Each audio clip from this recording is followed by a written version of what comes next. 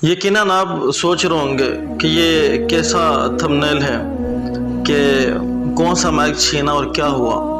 जी हाँ, हमारी जो कौम है ना, और कौम के वो अफराद जो सोशल मीडिया से वाबस्ता हैं या मीडिया से वाबस्ता हैं, जो मीडिया देखते रहते हैं, सोशल मीडिया इस्तेमाल करते हैं, उनके जहन और नफ्सियात से जो है वो खेला जा रहा है।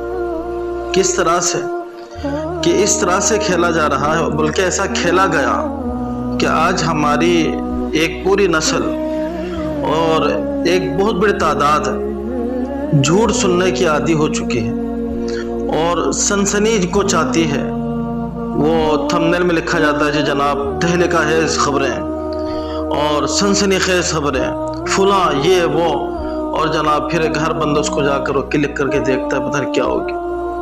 यानी हर बंदा जो है वो इस तरह सनसनी खेज को पसंद करता है। मीडिया जो है आग और खून को ज़्यादा दिखाना चाहता है, और ना भी हो तो नाम ऐसा डाला जाता था कि लोग ज़्यादा से ज़्यादा जाकर देखें, क्योंकि उनका ये बिज़नेस है, उनका कारोबार है।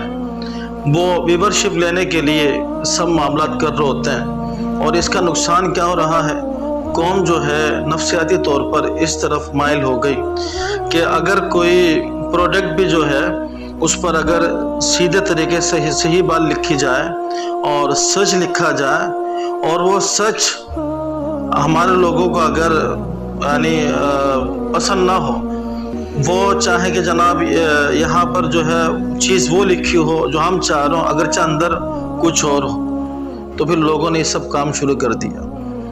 तो अल्लाह रब्बुल आलमीन सच्चा है और सच्चाई को पसंद फरमाता है।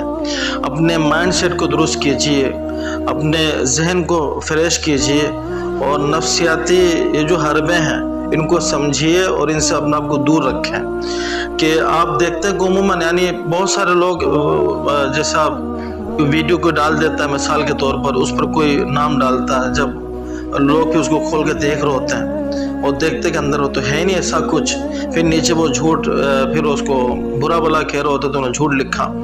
तो एक यहाँ दो सवाल बनते हैं। एक सवाल तो उस बंदे के लिए है कि जिसने झूठ लिखा, और दूसरा सवाल ये कि उसे लिखा क्यों। कौम की नफ्सियात को देखते हुए कि लोगों की नफ्सियात ये है कि लोग सनसनी चाहते हैं, तहलका खेज बातें चाहते हैं, अगरचे हो ना हो ये नहीं। माइंड को दुरुस्त रखिए, जहन को ठंडा कीजिए, और हक और सच को सुनिए।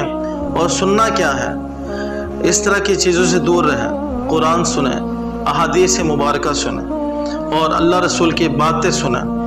और वैसे भी फितना है, हर तरफ फितने हैं और फितनों वाली चीज़ें हैं, तो अपने आप को जितना ज़्यादा आप उनकी तरफ लेकर जाएंगे तो आप फंसते चले जाएंगे। बचाने का और बचने का वाहिद रास्ता ये है कि अब अपने आप को संभाल लें।